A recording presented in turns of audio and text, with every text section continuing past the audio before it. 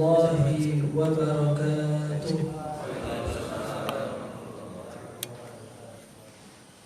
Bismillahirrahmanirrahim. Alhamdulillahilladzi anzala 'alaina kitaban kasyamsi idza duhaha wa anzala ilaina rasulan qalqamari idza talaha faman qatada bima 'asha fi daw'in nahari idza jallaha wa man a'rada 'anhuma fahbitu fi dhulmatil layli idza yaghshaha.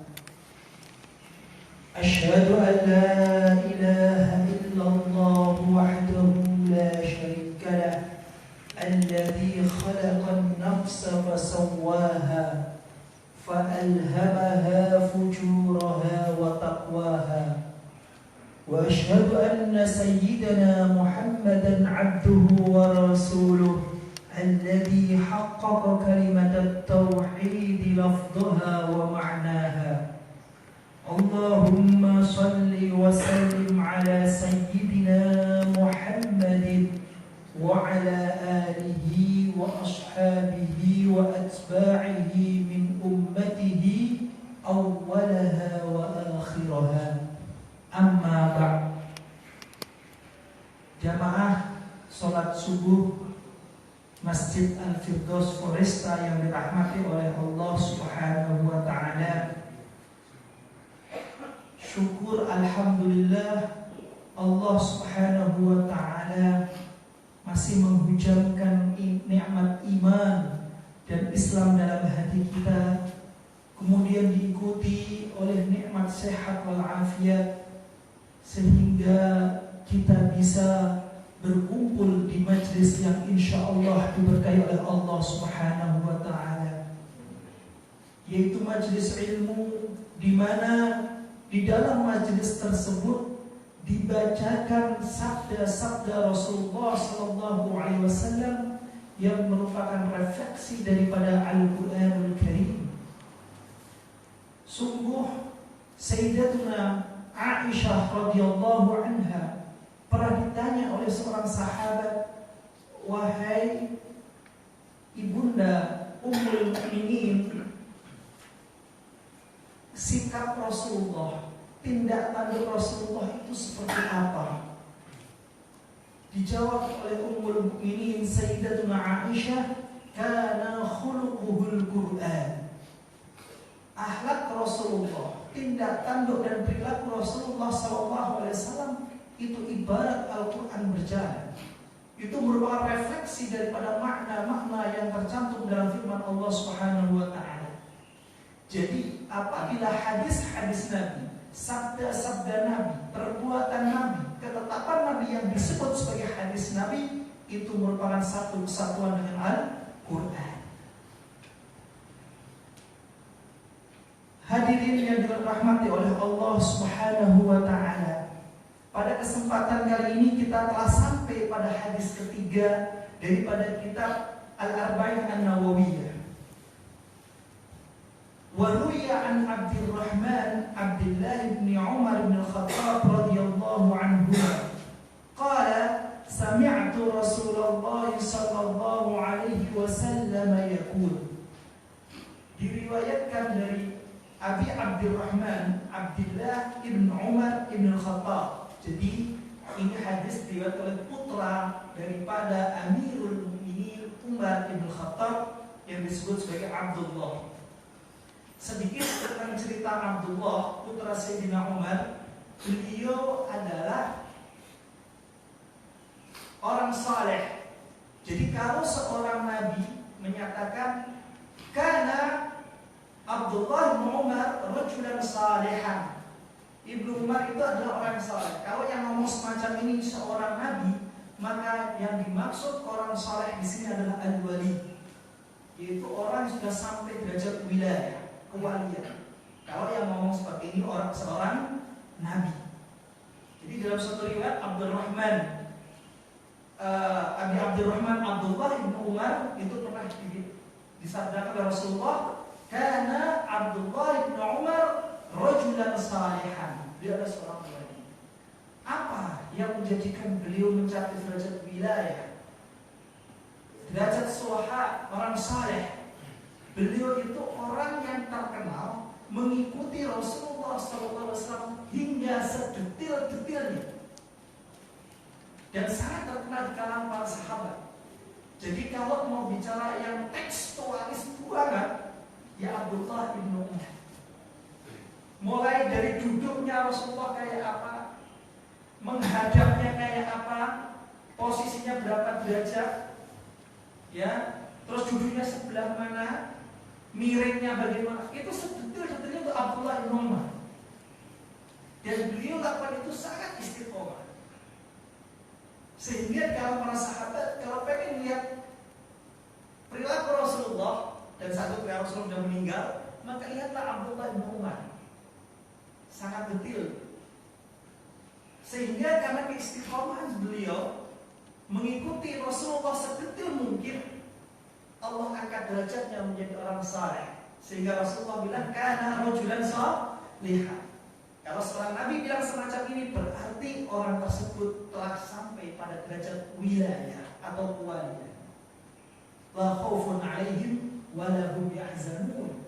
Jadi nggak ada rasa takut dalam dirinya, nggak ada rasa sedih. Karena takut dan sedih itu karena bagi orang yang masih hatinya nempel sama dunia, kepangkatan, pandangan manusia, maka ada rasa sedih dan takut. Tapi kalau sudah tidak ada rasa sedih dan takut, hanya nempel kepada Allah Subhanahu wa Ta'ala, jadi orang sangat jarang sekali sedikit.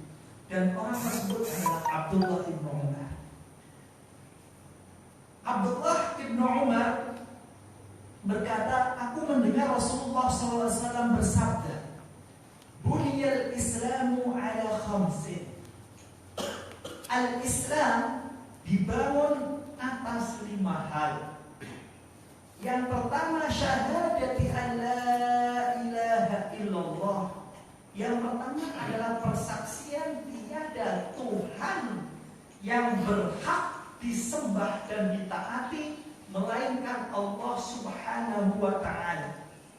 Dan sesungguhnya Nabi Muhammad SAW benar adalah utusan Allah.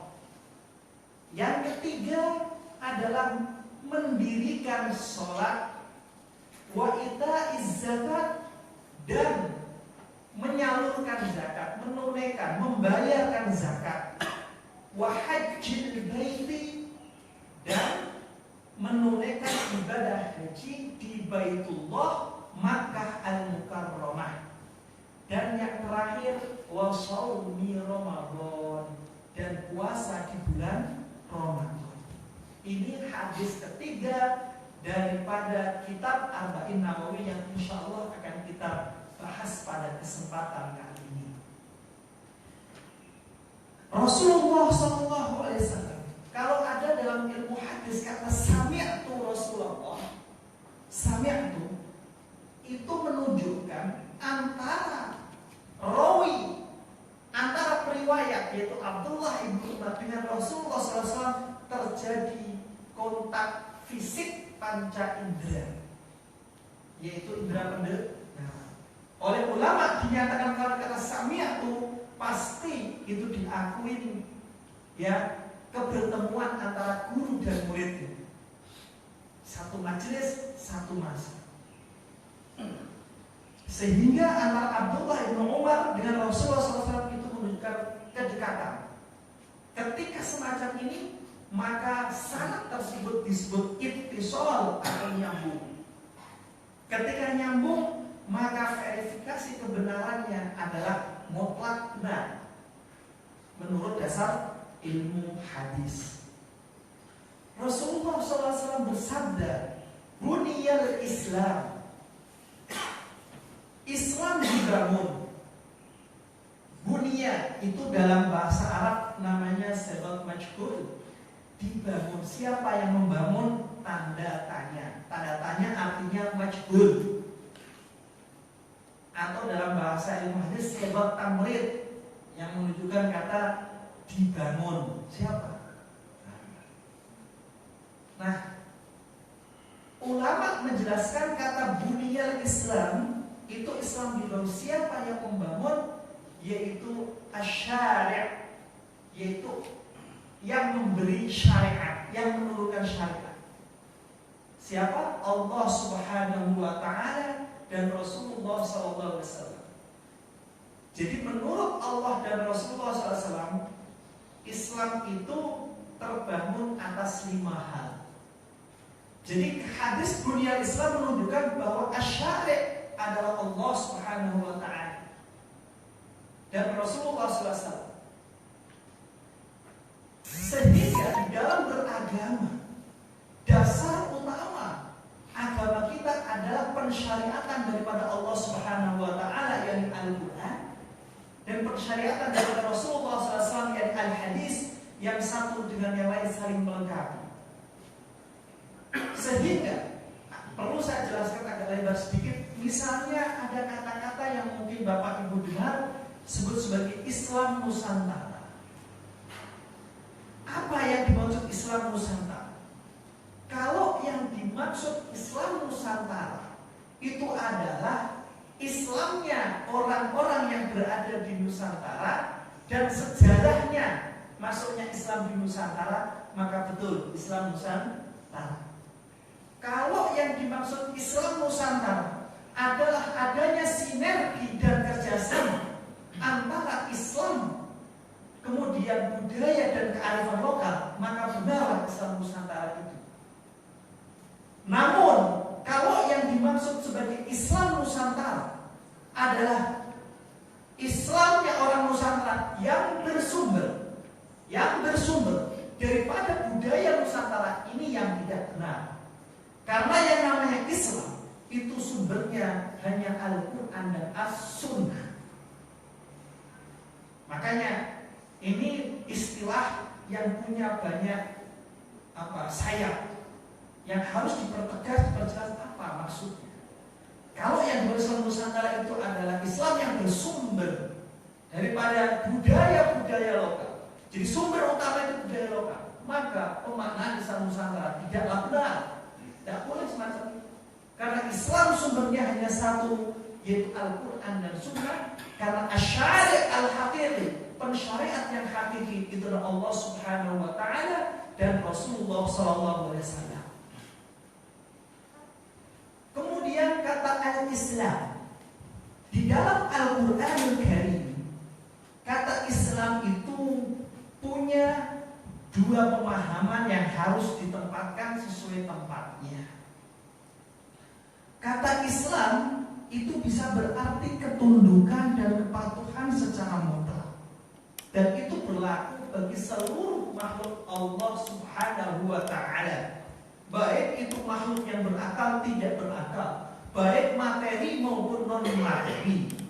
Misalnya dalam firman Allah, walahu aslama man fis samawati wal ardi taw'an wa karha.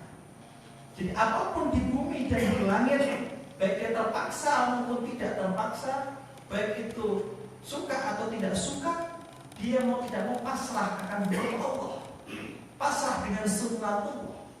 Ada siang ya ada malam, ada kaya ya ada miskin. Itu adalah ketundukan. Semua makhluk Allah pasti tunduk akan hal itu. Itu makna Islam secara umum, arti ketundukan.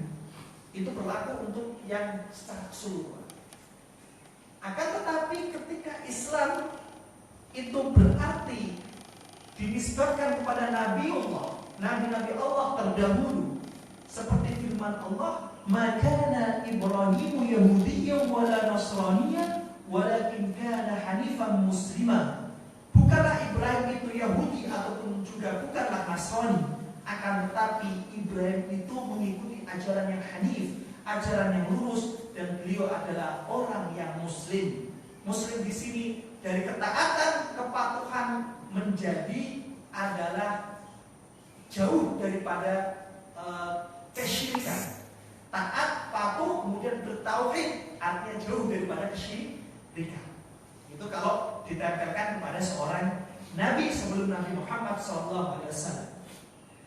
Yang kedua, Islam berarti makna khusus. Jadi yang dimaksud Islam di sini adalah al-Islam al-Islam alladhi ja'a bihi nabiyuna Muhammad sallallahu alaihi wasallam. Yaitu makna khusus Islam di sini, Islam yang merupakan ajaran daripada baginda Rasulullah SAW, baik itu berupa akidah, syariat, muamalah, dan seterusnya. Itu makna Islam secara khusus. Nah, berarti Islam Nabi Muhammad dengan Islamnya para anbiya al-mursalun yang terdahulu itu sama dari sisi ketauhidan, dari sisi akidah. Tidak ada beda. Al-anbiya ummahatuhum syatta. Al-anbiya dinuhum wahid wa ummahatuhum syatta. Para nabi itu agamanya satu, akan tetapi ibunya berbeda. Maksudnya adalah syariatnya berbeda. Di zaman Nabiullah Adam alaihi salatu wassalam, syariatnya beda dengan Nabi Muhammad. Misalnya syariat nikah. Nabiullah Adam syariatnya adalah diperkenankan menikah sedara. Seorang kakak menikahi adiknya, sedara boleh.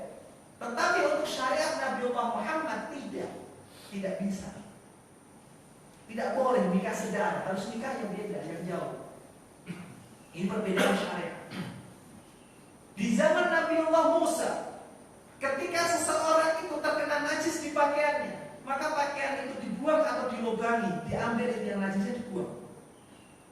Di syariat Nabiullah Muhammad tidak seperti itu. Yang kena najis dicuci bersih, kemudian bisa dipakai lagi. Nah, ini perbedaan syariat. Tetapi adakah syariat-syariat Nabi terdahulu yang masih ada hingga sekarang? Ya, ada beberapa besar. Jadi syariat terdahulu yang masih ada sampai sekarang. Misalnya adalah syariat khitan, sunat. Sunat itu syariat Nabiullah Ibrahim yang kemudian sampai sekarang masih ada. Syariat haji itu ada pada Nabi Ibrahim dan sampai sekarang pun ada, cuman ada beberapa pelurusan-pelurusan. Nah, serapan semacam ini itu harus dengan ketetapan yang diberikan oleh Rasulullah SAW. Tidak bisa asal ada saja, tidak, tetapi ada ketetapan. Nah, oleh karena itu Bapak Ibu sekalian, di dalam Islam ada ilmu dalam usul fikih namanya syara'u man qablana, syariat umat terdahulu. Di mana syariat umat terdahulu ini kita pelajari. Ya, dipelajari di mana? Kenapa syariat terdahulu itu muncul semacam itu, sekarang sudah tidak ada? Kenapa dulu seperti ini, kemudian sampai sekarang kok masih? Itu dipelajari, semangatnya apa? Sehingga begini dan begitu. Nah, ini yang disebut sebagai ilmu maqasidus syariah. Itu tujuan-tujuan pokok syariat. Itu dipelajari untuk membahas masalah-masalah baru yang kiranya bisa diambil garis ya merahnya tentang semangatnya. Namanya ilmu maqasidus syariah. Nah, dari penjelasan ini dapat disimpulkan bahwa yang dimaksud Islam di sini dalam hadis ini adalah Islam yang dibawa Nabi besar Muhammad sallallahu alaihi wasallam. Itu dibangun atas dasar 5 hal pokok yang amat penting. Yang pertama adalah syahadah, persaksian tiada Tuhan selain Allah. Kata syahadah di sini itu memang kalau diartikan secara bahasa Indonesia sering atau akrab dengan kata persaksian, itu makna letterleknya. Tetapi ketika kata persaksian semacam ini kita elaborasi lebih jauh dengan pendekatan bahasa Indonesianya, persaksian, maka kita sedikit akan bingung. Namanya persaksian, saksi dalam bahasa Indonesia itu adalah mereka yang mengalami. Mereka terjadi kontak fisik, mereka satu majelis, satu masa, kemudian mengalami tindakan fisik yaitu melihat ataupun mendengar. Itu namanya persaksian atau saksi di dalam bahasa Indonesia. Nah, oleh karena itu pemahaman persaksian dan tiada Tuhan selain Allah ini nanti harus kita perjelas. Oleh karena itu ketika orang yang misalnya ada beberapa di media sosial itu tersebar satu pemahaman yang keliru. Kebetulan yang ngomong semacam ini sepertinya saya indikasikan adalah non-muslim. Jadi begini, ketika kita bersaksi kepada Tuhan selain Allah, berarti kita harus punya pernah ketemu sama Allah, pernah ini sama Allah, satu majelis sama Allah, pernah lihat sama Allah. Begitu dia bilang. Terus selanjutnya ternyata kan tidak. Kita tahu tidak Tuhan selain Allah dari guru saya dari gurunya, katanya. Sehingga pemahaman semacam ini nanti akan mengarah pada hal yang membingungkan, bahkan sesat. Kenapa? Karena dimahami kata persaksian ini dari pendekatan bahasa Indonesia. Padahal kata persaksian yang kita pakai, persaksian dari Tuhan selain Allah, itu adalah karena memang ketiadaan terjemahan lain gitu. Jadi bahasa Indonesia ini dalam tanda petik miskin untuk mencari padarannya. Tapi daripada gak ada sama sekali, ya sudah biarkan kata persaksian itu. Nah, karena pemahaman seperti itu dia sesat. Dia bisa pada hal yang membingungkan. Padahal yang dimaksud dengan syahadah itu adalah satu semacam ilmu pengetahuan di dalam hati. Ilmu pengetahuan di dalam hati. Kenapa? Karena dalam Al-Quran dinyatakan fa'lam annahu la ilaha illahu. Ketahuilah tiada Tuhan selain Dia, artinya Allah Subhanahu wa taala. Jadi di surat Al-I'lan, ilmu. Jadi kata syahadah di sini artinya adalah ilmu di dalam hati. Anda yakini keilmuan tersebut, kemudian Anda ikrarkan. Itu namanya persaksian. Yang harus syahadah. Bukan kok berarti persaksian itu dalam arti kayak pengadilan di Indonesia. Anda mengalami sebagai saksi atau secara fisik, Anda pernah ketemu? Tidak. Bukan itu maksudnya. Jadi orang ini terjebak dengan makna persaksian bahasa Indonesia. Padahal kalau mau kasih ada kata syahadah aja langsung. Tetapi kenapa diterjemahkan persaksian? Ya daripada nggak ada terjemahan lain lagi, gitu loh Pak. Jadi karena miskinnya bahasa Indonesia. Makanya maaf Bapak Ibu sekalian, kenapa kok di Jawa itu walaupun pesantren masih modern, kok mereka masih pakai bahasa Jawa? Karena mohon maaf, karena menurut mereka bahasa Jawa itu punya variasi makna yang berbeda-beda. Yang itu semakin kaya itu bisa lebih dekat dengan bahasa Arab. Misalnya kata jatuh. Kata jatuh bahasa jatuh. Kalau di Jawa jatuhnya bukan begini artinya dosa. Kalau jatuhnya begini namanya deblak. Tapi kalau bahasa Indonesia namanya sama-sama jatuh. Kalau jatuhnya miring terpelanting, tetap bahasa saja jatuh. Nah, ini tetapi walaupun begitu kan bahasa pesantren bahasa Indonesia. Walaupun miskin begitu ya nggak apa-apa. Kita saling memahami. Tetapi balik-balik harus sadar ini terjemahan. Jangan sampai terjemahan ini kemudian dielaborasi menjadi pemaknaan budaya Indonesia yang nanti jauh dari istilah aslinya, yaitu syahadah. Oleh karena itu yang dimaksud syahadah di sini adalah ilmu dalam hati, fa'lam ilmu dalam hati dan pikiran.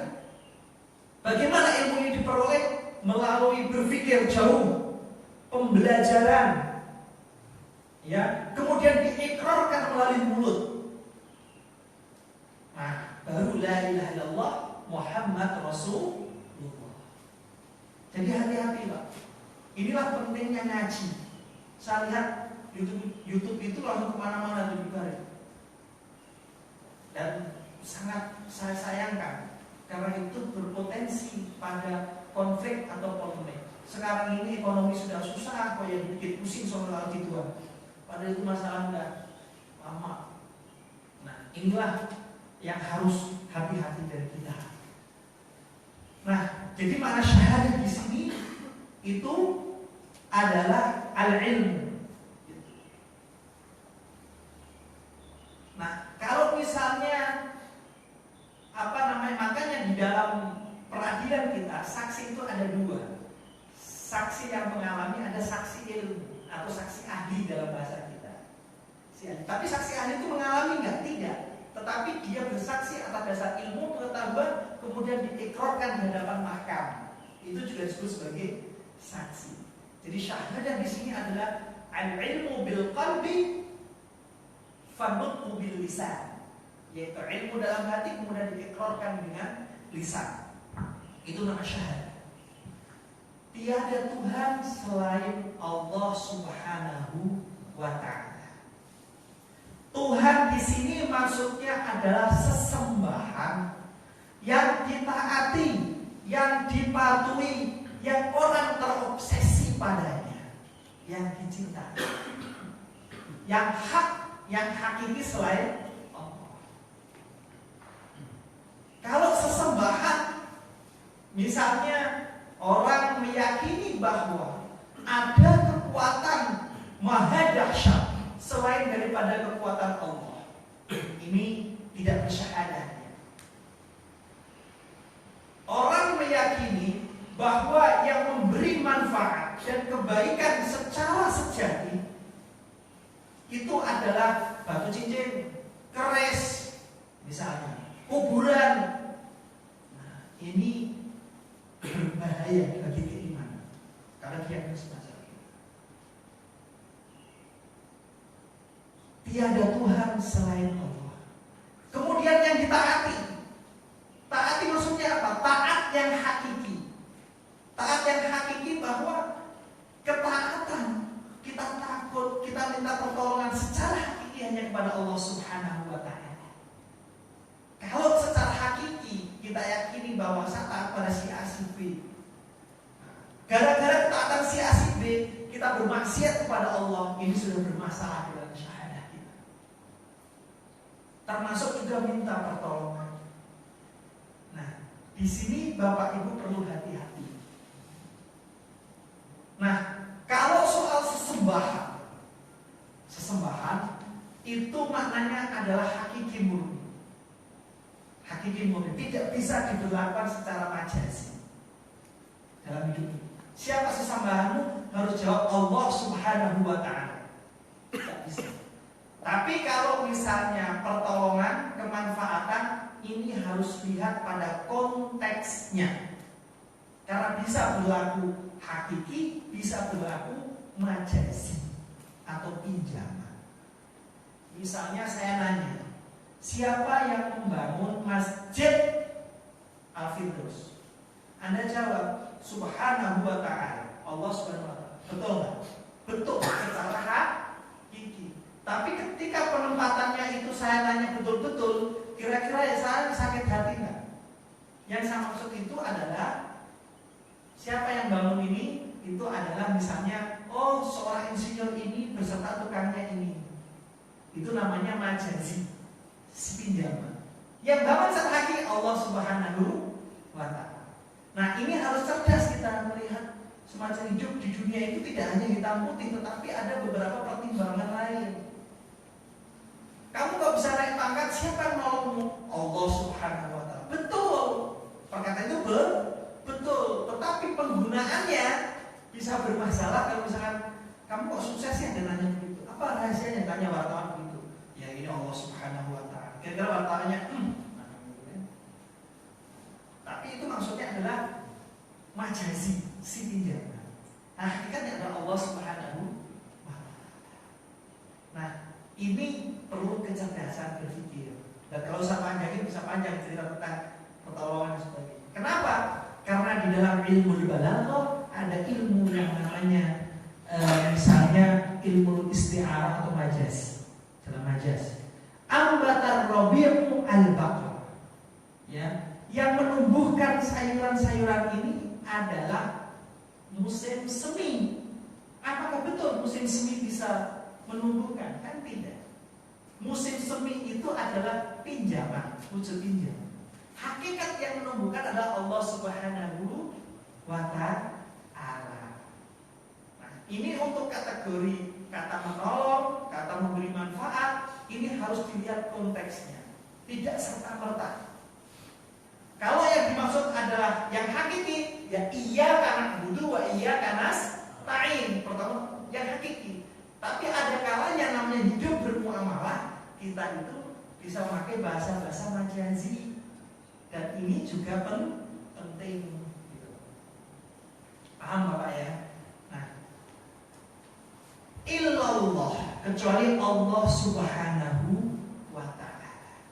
Berarti sebelum sadar itu kita harus mengenal Allah.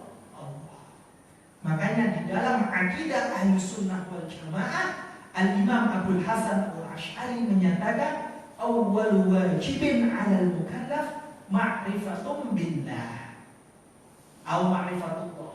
Hal yang pertama dan utama daripada seorang mukallaf, yang pertama harus diketahui adalah memahami, mengetahui tentang Allah. Itu akidah Ahlussunnah wal Jamaah. Kalau saudara kita yang Syiah beda, awal wajibin 'alal mukallaf ma'rifatul iman. Yang pertama bagi seorang mukallaf yang masih baru balik, itu yang pertama harus mengenal imamnya. Itu Syiah. Tapi kalau kita enggak, kita Ahlussunnah yang pertama adalah ma'rifatul billah, mengenal Allah. Kita harus kenal Allah. Bagaimana? Belajar ilmu tauhid, belajar tentang keimanan. Allah Subhanahu wa ta'ala dijelaskan dalam Al-Quran, qul huwallahu ahad. Katakanlah, dialah Allah Subhanahu al-ahad, Maha Esa, Maha Satu. Ditanya, apa yang dimaksud sebagai satu? Satu setelah nol atau satu sebelum dua? Nah, ini nanti dipelajari. Oh, yang dimaksud di sini adalah satu, yang maksudnya adalah satu tiada sekutu baginya. Itu maksud kata al-ahad. Esa ini ada itu apa? Tiada sekutu baginya. Bukan satu sebelum dua atau satu setelah nol. Karena satu setelah nol berarti satu itu muncul dari ketiadaan. Satu sebelum dua, dia merupakan bagian dari angka dua. Dan ini tidak layak bagi Allah Subhanahu wa ta'ala. Dan Allahu al-ahad al-wahidul ahad la min haithul adad wa innama min haithu annahu la syarika. Yaitu Esa bukan dari sisi bilangan, tetapi dari sisi tiada sekutu baginya. Itu mengenal Allah Subhanahu. Allah Samad.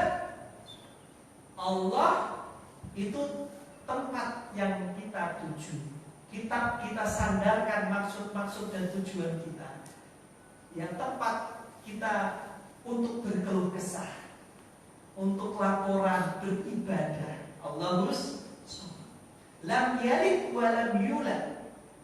Allah itu ada, tidak ditiadakan maupun tidak berada. Lam yalid wa lam yulad. Tidak melahirkan, tidak mengadakan, atau tidak ditiadakan.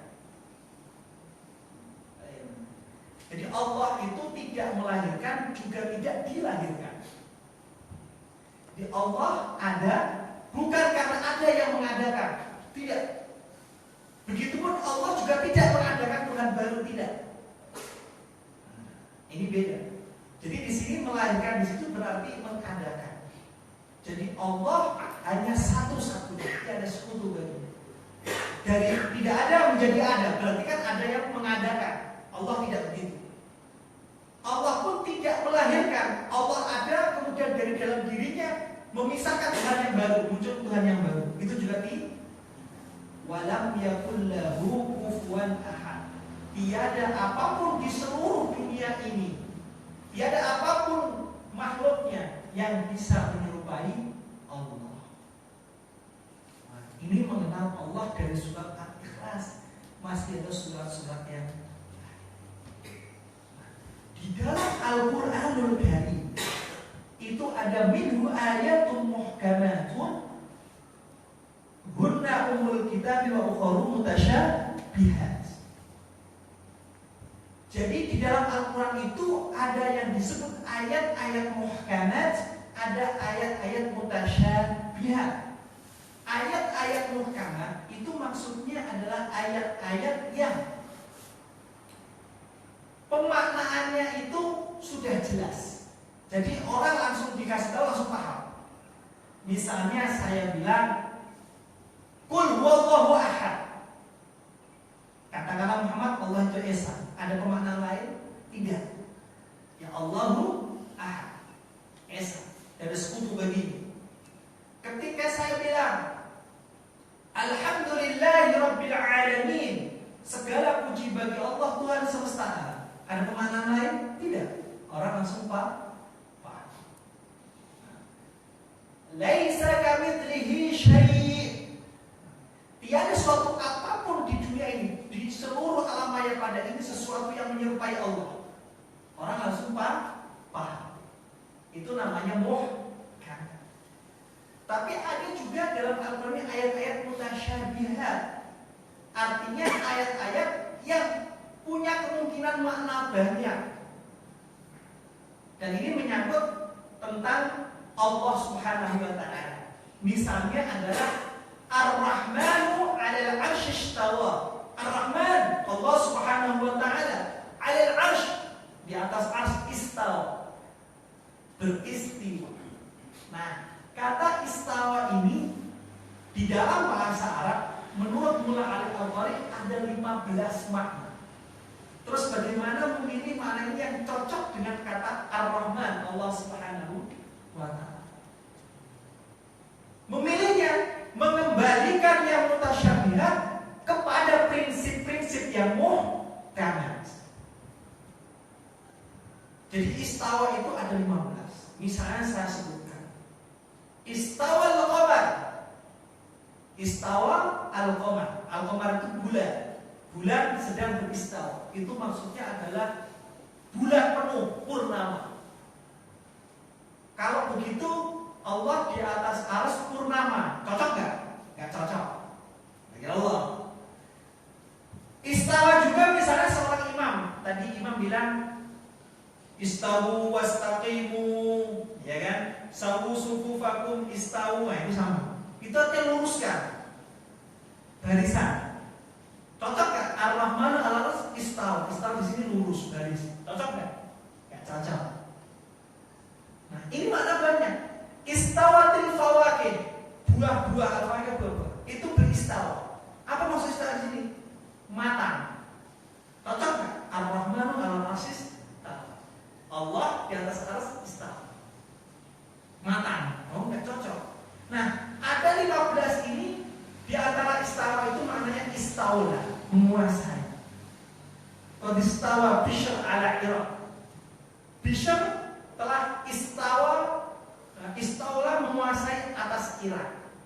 Jadi apakah bisa manusia yang hanya ukurannya 2,5 meter tangan ini bisa mengangkangi Irak? Kan enggak. Maksudnya adalah menguasai. Oh, berarti di antara makna istawa itu juga berarti istaula, menguasai.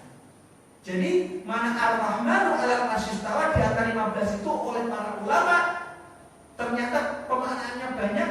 Itu dikembalikan kepada makna muhkamat, prinsip muhkamat.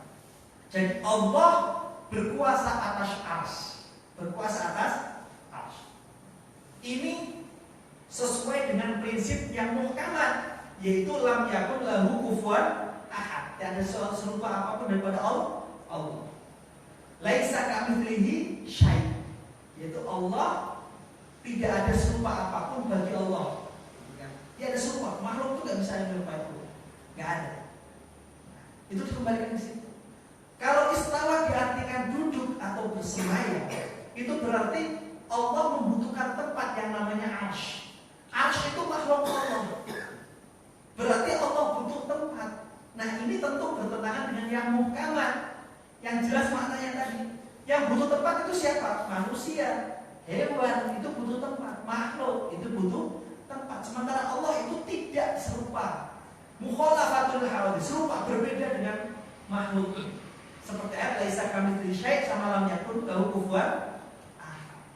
Maka oleh karena itu Ar-Rahmanu 'alal istawa itu maknanya Allah ya di atas arsy itu menguasai arsy. Sehingga Imam Sayyiduna Ali karramallahu wajhah, sahabat Sayyidina Ali bin Abi Thalib menyatakan Allah itu berkuasa atas arsy idharan li qudratih, untuk menampakkan kemahabesaran Allah. Walam yattahid lahu makanan, bukan untuk bersemayam atau bertempat di atas arsy. Nah, yang Ar-Rahman 'alal istawa disebut sebagai ayat yang mutasyabihat, yang harus prinsip maknaannya disesuaikan dengan al-muhkamah. Kenapa harus begitu? Ya kalau ayat mutasyabihat diartikan secara literal berbahaya. Karena akan bertentangan dengan ayat yang lain. Misalnya Ar-Rahman 'alal istawa diartikan sebagai bertempat, Allah itu tempatnya di atas langit, yaitu di arsy misalnya. Lah, bagaimana dengan ayat yang lain? Seperti Ibrahim bilang, inni dzahibun ila rabbi sayahdin. Aku akan pergi menuju Tuhanku yang akan memberikan petunjuk. Saat itu Ibrahim sedang menuju Palestina. Berarti ayat ini menunjukkan bahwa Tuhan dari Palestina. Sementara Ar-Rahman 'alal istawa Tuhan di arsy, tentu bertentangan. Oleh karena itu, ayat semacam ini, ayat mutasyabihat, pemaknaannya harus dikembalikan kepada yang muhkamah. Dia mengenal Allah. Oh, berarti adalah istawa itu artinya menguasai. Ini daibun lalu bisa itu maksudnya adalah Ibrahim mau pergi ke Palestina untuk belajar atau memperoleh petunjuk daripada Allah. Dan ayat-ayat hadis yang lain banyak. Nah, oleh karena itu, maka dalam pemahaman mengenal Allah Subhanahu wa taala harus diyakini satu prinsip, Allahu mawjudun bila makan wala zaman. Allah itu ada tanpa tempat, dan Allah itu juga ada tanpa harus bergelut dengan zaman atau waktu. Kenapa? Karena tempat maupun waktu dua-duanya adalah makhluk Allah, dan Allah sekali-kali tidak membutuhkan pada makhluknya. Allah ghaniyun 'anil 'alamin. Allah itu tidak butuh sama makhluknya apapun. Ini prinsip akidah Ahlus Sunnah wal Jamaah, la ilaha illallah, harus mengenal Allah. Oleh karena itu, sering kita mendengar orang menyatakan kita mah berusaha saja, terserah yang di atas. Jadi perkataan semacam ini berbahaya bagi keimanan kita. Kenapa? Karena pernyataan semacam ini mengindikasikan satu keyakinan bahwa Tuhan itu punya tempat yang namanya arah atas. Padahal Allah itu ada tanpa tempat, Allah itu ada tanpa terlingkupi oleh masa atau zaman. Termasuk arah mata angin juga. Karena yang mempunyai zaman, masa, arah mata angin, tempat itu adalah makhluk, dan Allah itu beda dengan makhluknya. Tiada suatu apapun yang bisa menyerupai Allah. Laisa kamitslihi syai'. Ini keimanan tentang Allah Subhanahu wa taala. Coba panjang cerita mengenai tauhid. Nah, dan berarti kita tidak tahu. Iya betul. Al-Imam Abu Bakar As-Siddiq menyatakan al-ajju an idrak. Kita lemah, kita merasa tidak, Allah tidak ini. Itu justru telah mengenal Allah. Mahma tasawwarta bidzalika fallahu bi khilafi dzalik. Imam Dunun Al-Misri menyatakan, mahma tasawwarta bidzalika, apapun yang terbesit dalam hatimu tentang Allah, yakinlah fallahu bi khilafi dzalik. Allah berbeda dengan yang itu. Kenapa? Karena apa yang terbesit daripada hati itu merupakan ciptaan-ciptaan hatimu, dan Allah Maha Pencipta. Tidak mungkin bisa dicerna oleh hati yang ciptaan Allah juga. Allah bi khilafi dzalik. Sehingga ada orang misalnya kalau mau khusyuk, silahkan engkau tekotkan, engkau yakinkan bahwa di hadapanmu ada Allah. Itu salah. Berarti sudah menempatkan satu keyakinan Allah itu bertempat. Itu bermasalah. Sebaiknya gimana? Khusyuk saja. Kita yakini bahwa Allah melihat kita, sebagaimana hadis yang kita ajarkan minggu yang lalu, pertemuan yang lalu, yaitu kita merasa Allah melihat kita. Kita merasa bahwa kita sedang melihat Allah, dan kita yakin amalan kita akan diterima oleh Allah. Ihsan itu. Kemudian bersyahadat tentang Muhammad Rasulullah. Ini harus kita saksikan dalam hati secara ilmu bahwa Muhammad sekali-kali itu manusia, sama seperti kita. Cuma beliau ada manusia agung, dimuliakan Allah dengan apa? Dengan mukjizat. Mukjizatnya ada dua, satu mukjizat yang berupa Al-Qur'anul Karim, mukjizat yang abadi, dan juga mukjizat yang berupa hal-hal yang anugerah dari Allah. Misalnya Rasulullah SAW Isra Mi'raj sampai ke langit dalam masa yang sangat cepat. Itu ada mukjizat. Sementara mukjizat yang terbesarnya adalah Al-Qur'an.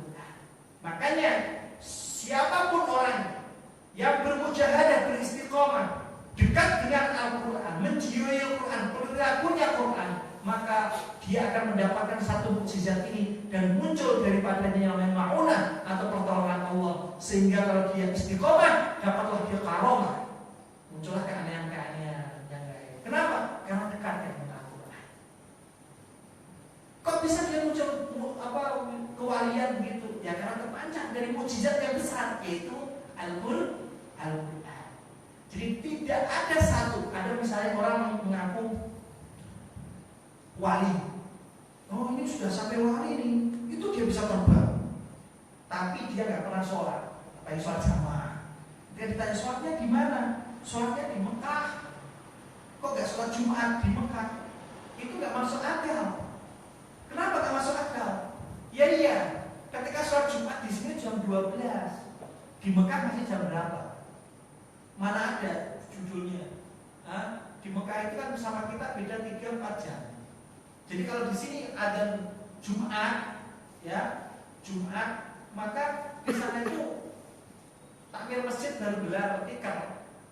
Nah kok bisa dibilang sholatnya di Mekah? Mekah itu belum masuk waktu Jumat. Nah ini hal yang harus diwaspadai. Imam Syafi'i menyatakan mattakhadallahu waliyan jadi Allah sekali-kali tidak akan pernah mengangkat seorang wali dari golongan orang bodoh dalam agama. Tidak pernah. Jadi apa? Seorang wali itu dia adalah yang berilmu, bertakwa, ulama, dan khasyah dekat dengan Al-Qur'an.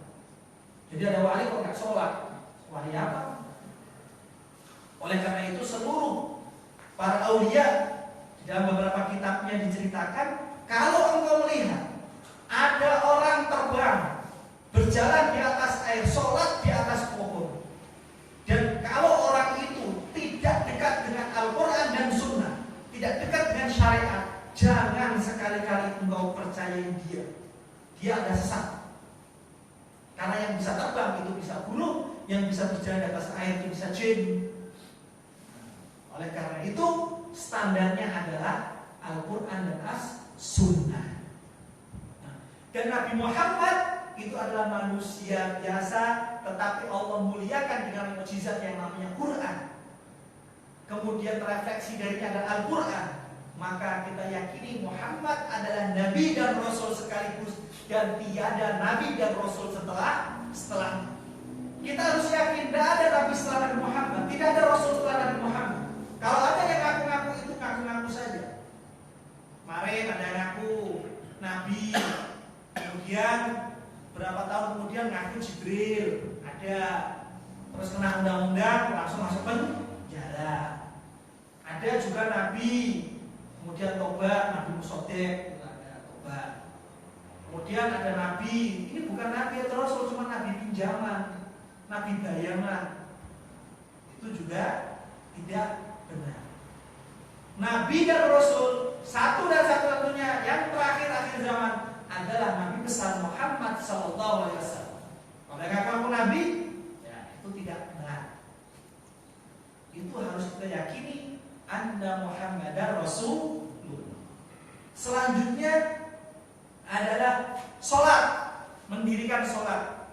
Di dalam hadis dinyatakan sholat yang wajib 5 ini yang wajib kita penuhi. Kalau orang sudah 5 ini istiqomah dari sejak balik taklif sampai dia meninggal, insya Allah masuk surga. 5 tanpa dikurangi, tanpa ditambahi 5 masuk surga. Cuman namanya orang kadang kita sering lalai. Oleh karena itu untuk melengkapi yang 5 kita tambahkanlah yang sunnah-sunnah. Yang sunnah-sunnah. Nah, kalau 5 ini kurang, bagaimana? Harus ditambal utang. Misalnya ada orang sudah balik, kemudian di dalam pencariannya dia ragu akan Allah, kemudian murtad, keluar dari Islam. Berapa lama dia murtad? 3 tahun, anggap aja begitu ya. Terus langsung tobat. 3 tahun ini dia harus bayar sholatnya.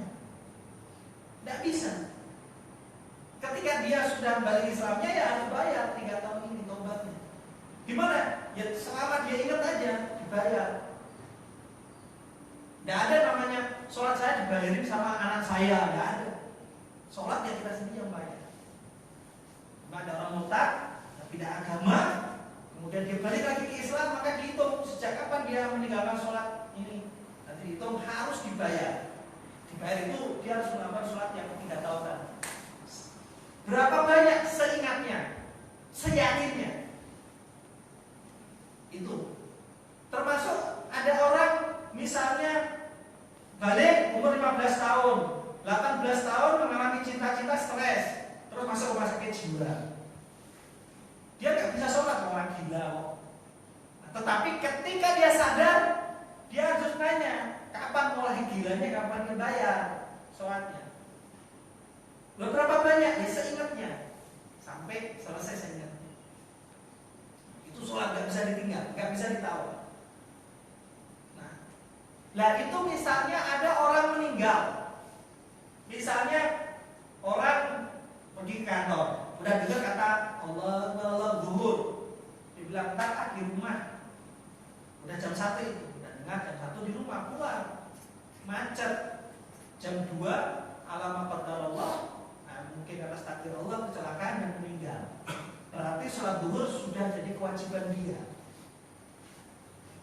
Bisa dibayar nggak?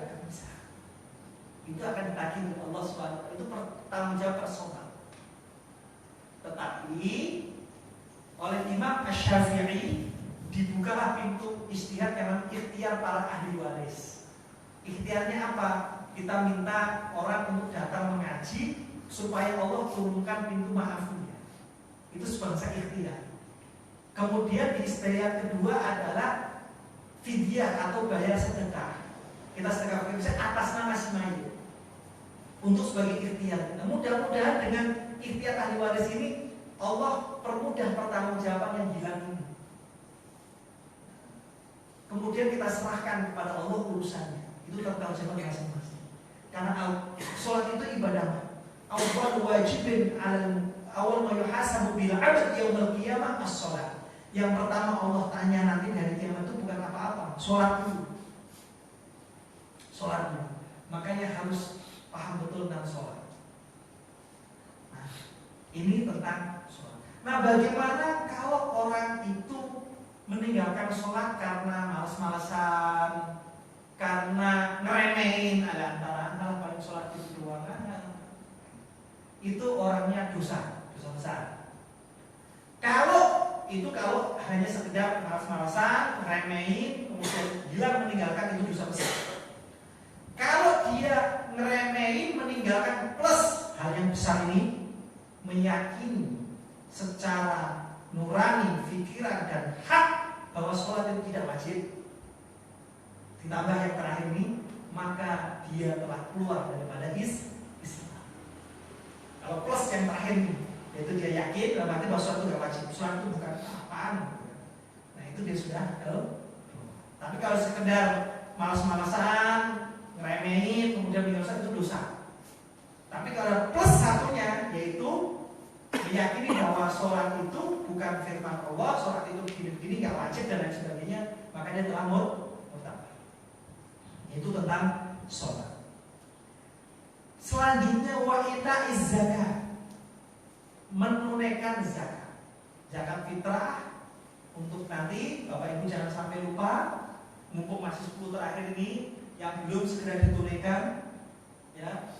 Kalau yang mau mudik jangan mudik dulu, nanti khawatirnya belum ditunaikan zakatnya, sampai rumahnya karena kejebak macet sudah kehilangan masanya, kehilangan temponya. Sampai rumah ternyata jam 10 siang, nggak boleh zakat fitrah, dosa sudah.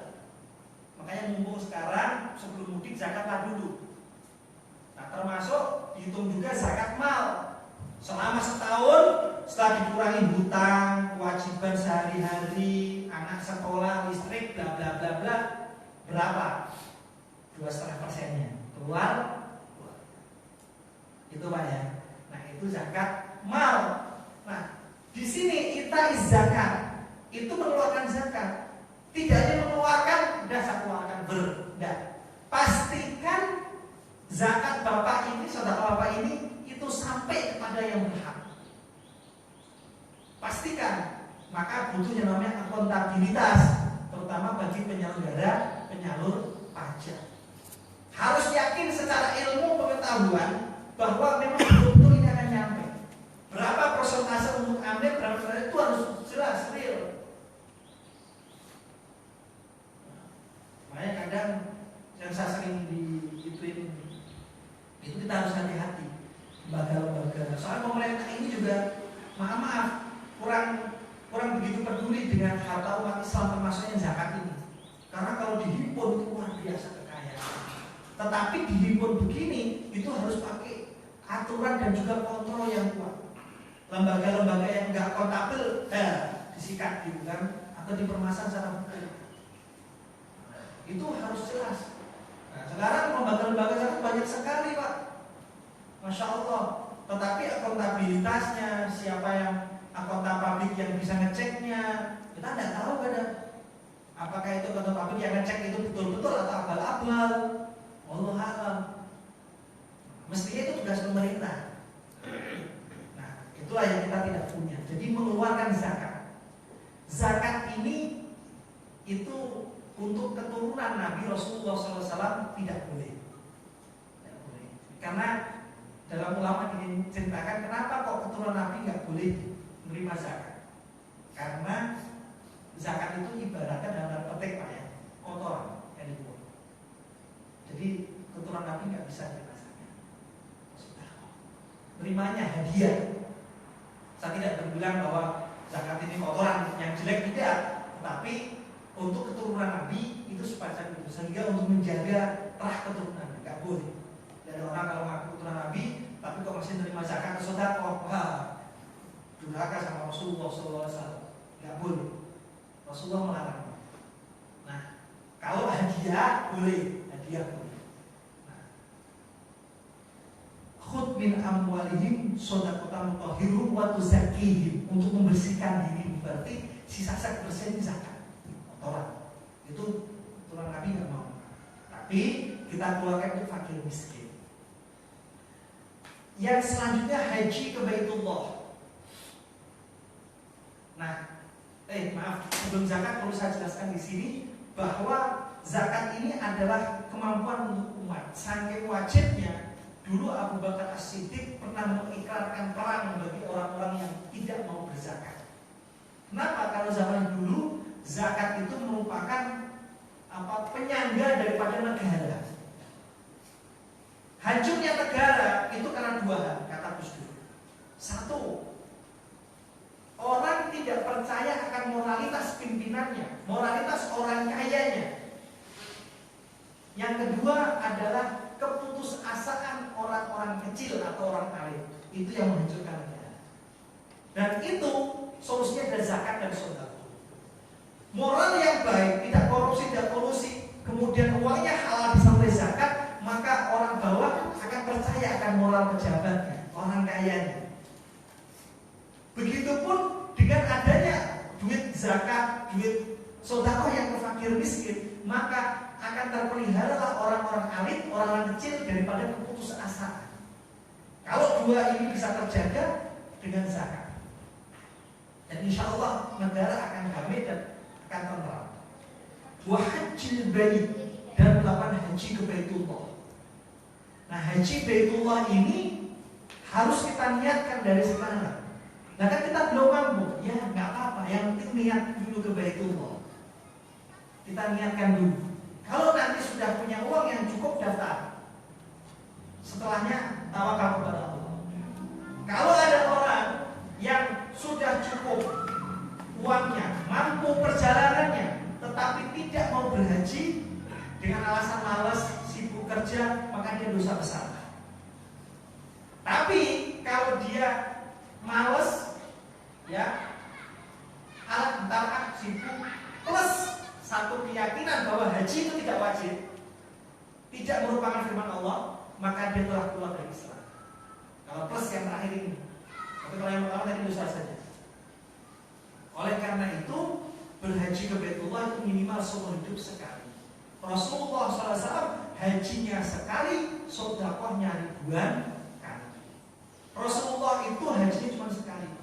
Orang kita kan kalau pulang dari haji tanya, Bapak mau haji lagi? Pas jawabnya mau.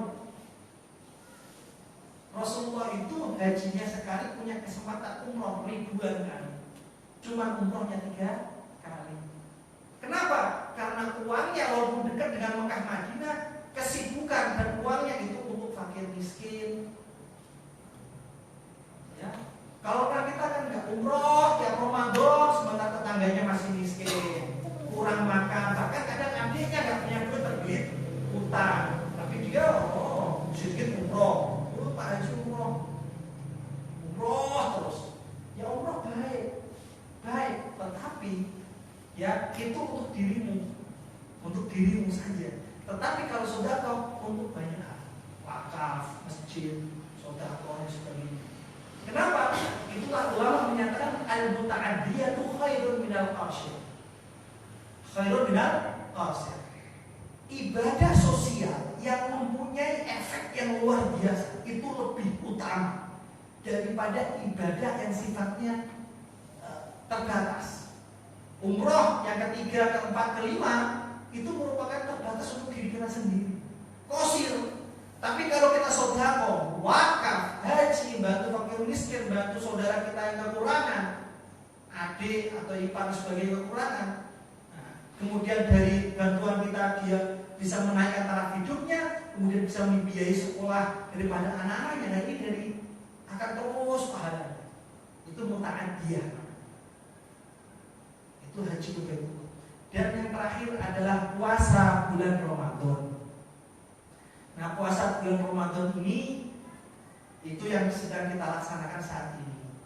Nah, ini satu hal yang unik. Kenapa puasa Ramadan itu terakhir? Kok enggak puasa Ramadan baru haji ke Baitullah? Dalam hadis ini jawabannya adalah ini merupakan urutan yang bisa acak, bisa 1, 2, 3. Tetapi oleh para ulama ini memang disengaja urutannya semacam ini. Kenapa? Untuk menjelaskan kalau iqamis shalah itu ibadah badaniyah, ibadah badan. Wa itaiz zakah itu ibadah maliyah, ibadah materi. Wa hajjil bait itu adalah ibadah badan plus materi. Jadi untuk menggabungkan sholat dan zakat, ibadah badan dan materi. Nah, puasa ini ibadah badan saja untuk kembali kepada sholat. Itu Pak. Itu maksud makanya saum Ramadan itu diakhirkan. Karena untuk menunjukkan bahwa hajjil bait ini adalah ibadah badan sekaligus ibadah materi. Sementara saum Ramadan itu adalah ibadah badan saja. Untuk kasus haji ke Baitullah itu bisa diwakilkan. Beda dengan ibadah yang lain, saya bilang tidak bisa diwakilkan. Sholat, zakat, puasa itu tidak bisa diwakilkan. Tapi kalau haji bisa. Misal Bapak sudah bayar, sudah punya mampu, cuman harus nunggu antrian daripada haji. Oleh karena itu, ternyata Allah mendahului takdirnya meninggal. Nah, makanya uangnya bisa ditarik, Nah ditarik, dibadal hajikan, diwakilkan hajinya. Tentu yang mewakilkan ini syaratnya harus sudah pernah haji wajib sekali. Nah wajib baru yang dibadal. Yang kedua, hajinya itu yang mewakilkan itu harus satu. Misalnya saya mewakili nenek saya, harus satu nenek saya. Nggak boleh saya mewakili nenek saya plus mewakili si A, si B, si C. Karena duitnya lumayan kalau saya kumpulkan. Nggak boleh. Nah itu yang kadang beberapa orang dilakukan sebagai makelar. Dapat sini 15 juta, sini 15 juta, 15 juta. Oke. Nanti sampai sana tinggal saya print sertifikat hajinya. Cuma 3 real harganya. Nah disinilah butuh yang namanya ilmu. Ilmu yakin orang jujur. Ini yakin orang ini mewakilkan atas nama satu orang yaitu nenek saya. Harus yakin betul. Nah secara kasat mata ilmiah itu harus yakin. Namanya badal itu satu sama satu. Nah, bisa badal satu dirombong orang banyak. Nah, bahkan ada maklar. Jadi 15 juta, 15 juta diambil semua sama dia. Nanti sampai sana ketemu yang mungkin di sana sini Pak, mau nggak badalin 7 juta? Dia padahal dapat 15 juta, untung berapa? 7 juta. Banyak maklarnya. Nah, nanti kamu nggak badalin, oh nggak mau. Nah sementara banyak nggak mau. Akhirnya kadang tiga-tiganya empat-empatnya diwakili dirinya sendiri. Kemudian saya tanya, pernah kan kok segitunya? Apa nggak takut Allah Subhanahu Wa Taala? Apa jawabannya Bapak Ibu sekalian? Urusan dunia, urusan sekarang nanti tinggal tobatnya. Masya Allah, saya bilang, ngurus dada dah, kalau terpanjang bisa tengkar nanti. Itu ada. Nah makanya untuk badal haji perlu hati-hati, butuh ilmu betul-betul dia ini amanah. Begitupun puasa Ramadan sama. Kalau puasa Ramadan ketika orang sudah tidak mampu, sakit, kemudian meninggal, berarti dia meninggal puasa, maka bayarlah fidyah. Fidyah pada fakir miskin. Nah, itu yang penting. Bapak Ibu sekalian, inilah 5 fondasi pokok daripada Islam yang oleh siapapun seorang muslim tidak boleh meninggalkannya ketika di dalam dirinya ada kata mampu. Baik mampu secara fisik, jasmani, maupun mampu secara jalan ataupun materinya. Nah ini yang tidak boleh ditawar, dan ini merupakan identitas daripada Islam. Tidak boleh ditawar, nggak boleh. Oh kita kan toleransi, boleh dong nggak sholat, nggak bisa. Toleransi ini adalah identitas. Identitas itu ya sudah aku didukung waliyati. Dan itu yang bisa kami paparkan. Assalamualaikum warahmatullahi wabarakatuh. Waalaikumsalam warahmatullahi wabarakatuh. Alhamdulillah. Kajian sampai pada hadis ketiga dari hadis Arba'in, yaitu tentang rukun Islam. Mudah-mudahan memberikan kita pemahaman yang lebih. Dan untuk sesi selanjutnya adalah sesi dialog atau tanya jawab. Dipersilakan bagi jamaah yang ingin bertanya 1-2 kali. Silakan Mbak Widi. Terima kasih Ustaz. Ada 2 pertanyaan yang ingin saya sampaikan, namun maaf karena mungkin ada satu bukan bermaksud berbeda, tetapi ingin menanyakan. Pada waktu saya masih kecil belajar mengenai ibadah haji dari Kiai Haji Hasan persis gitu. Beliau mengatakan bahwa dasar hukum dari badal haji adalah kuat. Kenapa? Karena di Islam itu tidak ada bengkel ibadah. Putus sudah amal ibadah Bani Adam setelah dia meninggal dunia, kecuali 3 hal, yaitu kita semua sudah mampu 3 hal. Sehingga beliau meyakini bahwa badal haji memang bukan perintah yang kuat atau dasar ilmu yang kuat. Sampai sekarang saya pun masih meyakini itu.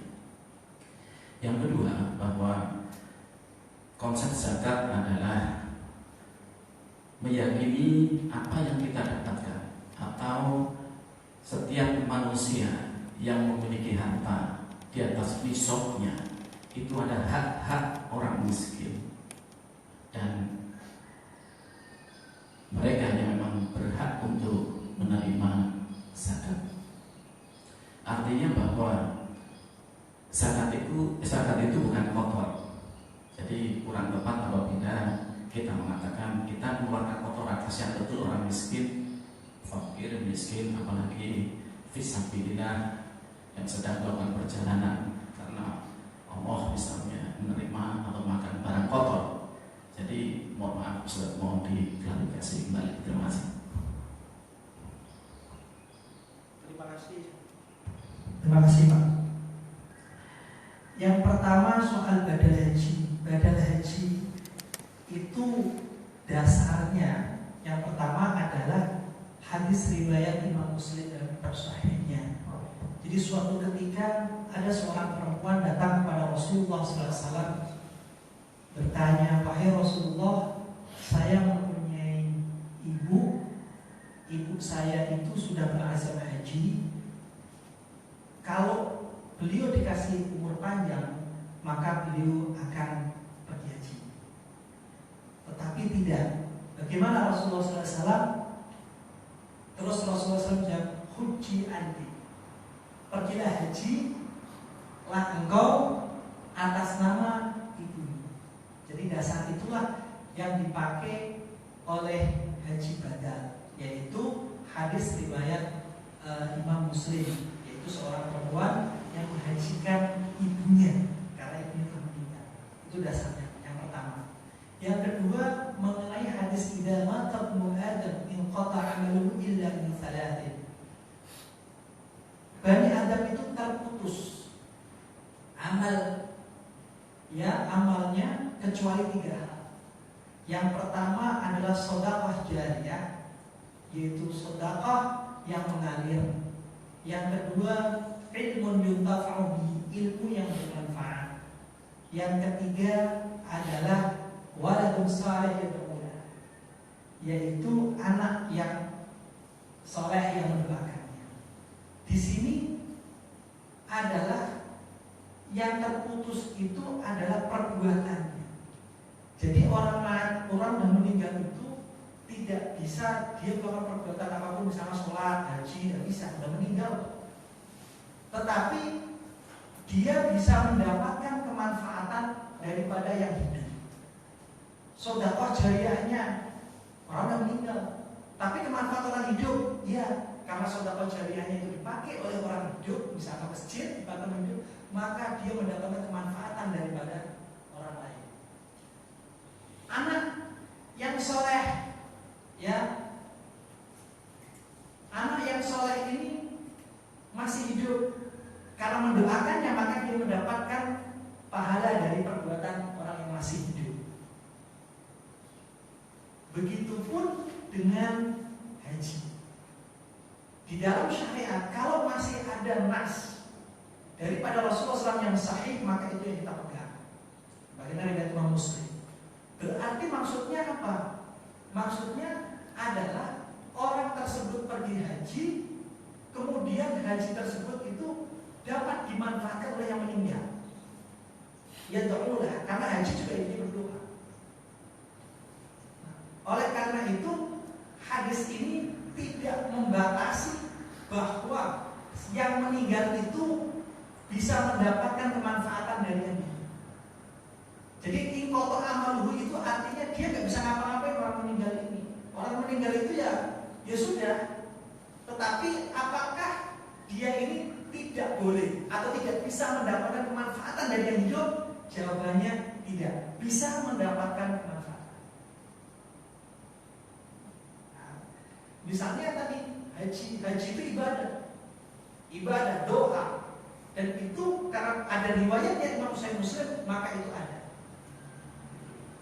Yang kedua, kalaupun anggaplah misalnya hadis ini berlaku umum, tetapi hadis yang berlaku umum itu bisa dimasukkan pengkhususan selama ada hadis yang sahih yang selevel dengannya.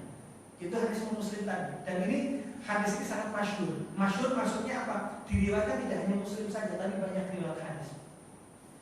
Oleh karena itu yang dimaksud yad'ulah ini yang bisa menjadi pintu bahwa haji itu masuk di dalam tanah haji. Termasuk juga sholat mayit. Sholat mayit itu mayit tidak bisa sholat, tidak bisa apa-apain. Tetapi doa kita yang nyampe ke dia, yang bisa dimanfaatkan oleh dia. Nah itu mungkin yang untuk hadis riwayat Muslim yang dipegang oleh haji. Yang kedua soal zakat. Zakat itu hal yang mulia, yang baik. Dan itu untuk asnaf samania, ada 8 asnaf, fakir, miskin dan sebagainya.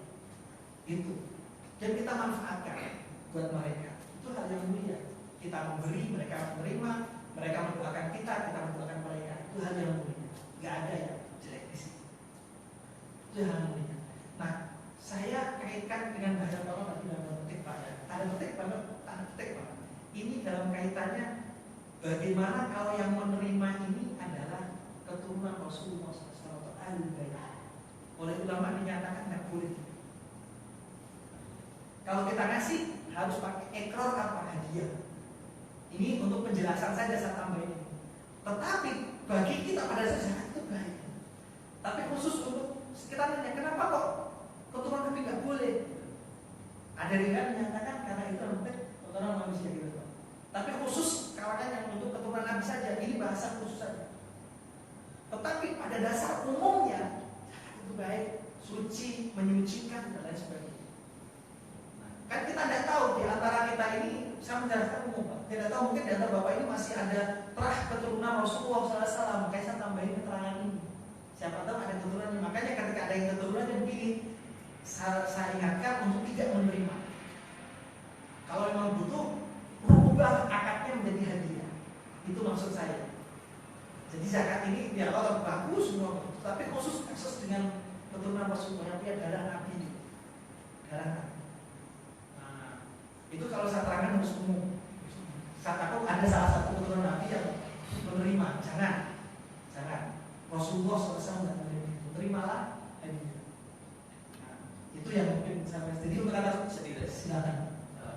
Kenapa saya tanyakan? Karena beberapa kali pengajian itu ada yang mengatakan bahwa karena kotor sehingga tidak boleh untuk masjid, tidak boleh untuk ini dan sebagainya. Karena istilah kotor itu sendiri. Jadi ada misleading yang mengkhawatirkan bila istilah ini dipakai. Terima kasih. Ya, betul sekali Pak. Memang karena tadi saya bilang kurang lengkap pembahasan. Ini hanya berkaitan untuk Ahlul Bait saja. Kalau untuk masjid, fisabilillah, gitu ya, itu kan tidak tercantum dalam Al-Quran innamas shadaqatu lil fuqara selanjutnya kan, maka jatuhnya ijtihad. Nah ijtihad ini harus pakai yang umum, sedangkan ada khusus untuk ini jangan dipakai. Ini khusus untuk kaitan yang namanya Ahlul Bait. Ini sudah semacam eksklusivisme, tidak bisa gitu. Eksklusivisme itu khusus amanah Rasulullah SAW. Eksklusif. Bagi yang tidak seperti kita ini kan orang biasa. Boleh dan terima masjid gitu ya, itu tergantung istihad. Kalau masjid istihad katanya begitu. Jadi sekali-kali dalam bahasa tadi dalam petik jangan dipakai untuk tadi di luar daripada hubungan sama Ahlul Bait. Jangan, apalagi dikiaskan di masjid madrasah. Jangan sekali-kali jangan. Saya ingatkan betul sekali, terima kasih Pak. Diingatkan jangan. Karena kaitannya dari saya salah tadi. Udah eksklusif di sini. Baik, mungkin ada satu pertanyaan lagi mau ditanyakan satu saja. Ya, silakan Mas Suami.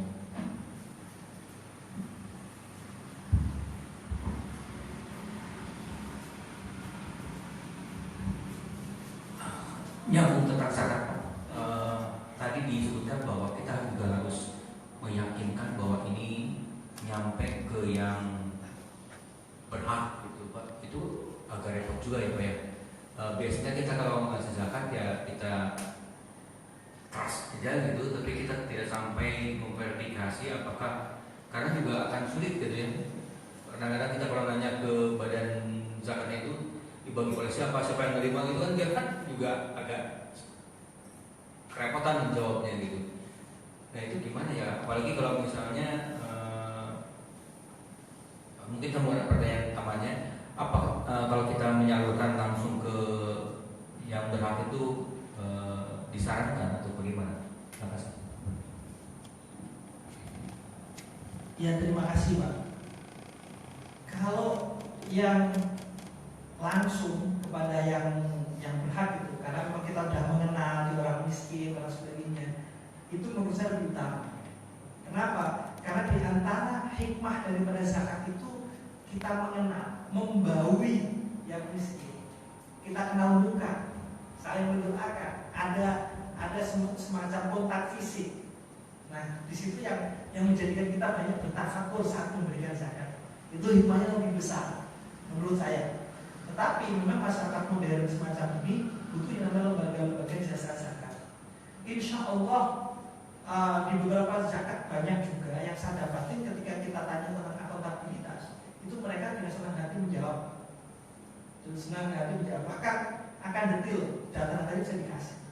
Tentu dengan mereka yang sudah mau meminta zakat, karena itu hak kita untuk menanya, itu pasti dikasih. Tidak akan ada alasan susah sebagai pasti dikasih. Oh Pak, saya zakat di sini, ada ini fotonya ini ada. Nah, balik-balik tadi saya bilang bahwa kenapa kita semacam itu? Karena zakat ini kewajiban, harus akuntabilitas, sehingga untuk sampai kepada yang miskin itu memang kita butuh terus meyakinkan betul sampai. Kalau tidak nyampe, kan inama sodako, inamanya ini loh yang saya beratkan di Al-Quran. Hanya sodako, hanya zakat maksudnya wajib terutama. Kalau yang sodako biasa sih, oke lah gitu ya, walaupun akuntabilitas dan sebagainya oke lah. Tapi kan zakat yang wajib ini loh, itu yang harus benar-benar kata-kata inam, hanya tok doang ini. Nah makanya betul nggak ya kita kasih ini benar-benar tersifati fukoro, masakin, ibnu sabil. Itu yang saya bilang akuntabilitas. Dan insya Allah wajib hukumnya lembaga zakat memberikan bapak data yang sedetail-detailnya soal aliran keuangan. Ketika bapak sudah yakin bahwa memang dia jujur memberitakannya, saya trust, ya sudah, saya tawakal pada Allah. Nanti mereka bertanggung jawab. Tetapi trust itu kan harus didahului dengan ilmu. Ilmu maksudnya benar-benar bapak yakin gitu melihat bahwa ini datanya, ini data ada, gitu, empirisnya ada, gitu kan. Oh ya sudah, berarti saya akan trust. Jangan trust-trustnya, tapi trust hanya katanya si A begini sudah selesai. Tapi trust yang berdasarkan ilmu yang mantap. Dan insya Allah lembaga zakat itu akan memberikan. Itu hak bapak, wajib mereka memberikan. Itu yang saya tahu dari beberapa teman-teman yang menjadi pakar gitu ya, pakar di lembaga zakat, selalu ditekankan kepada lembaga tersebut untuk memberikan informasi seperti mungkin yang dibutuhkan, sehingga muzaki atau berzakat itu punya trust. Baik, cukup mungkin sesi dialog atau tanya jawab pada pagi hari ini. Alhamdulillah kajian ahad ketiga yaitu tentang ilmu hadis sudah kita kaji bersama. Mudah-mudahan tentunya memberikan manfaat yang lebih besar bagi kita semua. Amin ya rabbal alamin. Maka untuk menutup kajian pada pagi hari ini, kita sama-sama berdoa yang akan dipimpin oleh Ustaz Dr. Somad. Silakan. Bismillahirrahmanirrahim. Alhamdulillah wa sallallahu ala rasulillah wa ala alihi wa mawala wa man ittaba'a hudah. Allahumma habib ilayna al-iman wa zayyinhu fi qulubina wa karrih ilayna al-kufra wal-fusuq wal-'isyan waj'alna min ar-rashidin. Allahumma a'inna ala dhikrika wa syukrika wa husni ibadatik. Allahumma inna nas'aluka fahman nabiyyin wa hifdzal mursalin wa ilhamal malaikatil muqarrabin. Allahumma aghnina bil 'ilmi wa zayyinna bil hilmi wa akrimna bit taqwa wa jammilna bil 'afiyati ya arhamar rahimin. Allahumma akrimna bil fahmi wa akhrijna min dhulumatil wahmi waftah lana abwaaba rahmatika wa anshur 'alaina hikmataka bi rahmatika ya arhamar rahimin. Allahumma atina min ladunka rahmah wa 'allimna min ladunka 'ilma. Subhanaka la 'ilma lana illa ma 'allamtana innaka antal 'alimul hakim. Allahumma arina al-haqqa haqqan warzuqna ittiba'ah wa arina al-batila batilan warzuqna ijtinabah. Allahumma ihdina siratal mustaqim, siratal anbiya'i wal mursalin. Allahumma ihdina siratal mustaqim, siratal 'ulama'i was salihin. Allahumma ij'al akhir kalamina fi hadhihi dunya qawla la ilaha illallah Muhammadur Rasulullah. Allahumma amitna muslimin wa tawaffana ma'al abrar wa tawaffana ma'as salihin. المستقيم برحمتك يا أرحم الراحمين. ربنا آتنا في الدنيا حسنة وفي الآخرة حسنة وقنا عذاب النار. وصلى الله على سيدنا محمد النبي الأمي وعلى آله وصحبه وبارك وسلم. سبحان ربك رب العزة عما يصفون وسلام على المرسلين والحمد لله رب العالمين. Subhanallahumma wa bihamdika asyhadu an la ilaha illa anta astaghfiruka wa atubu ilaik. Assalamualaikum warahmatullahi wabarakatuh.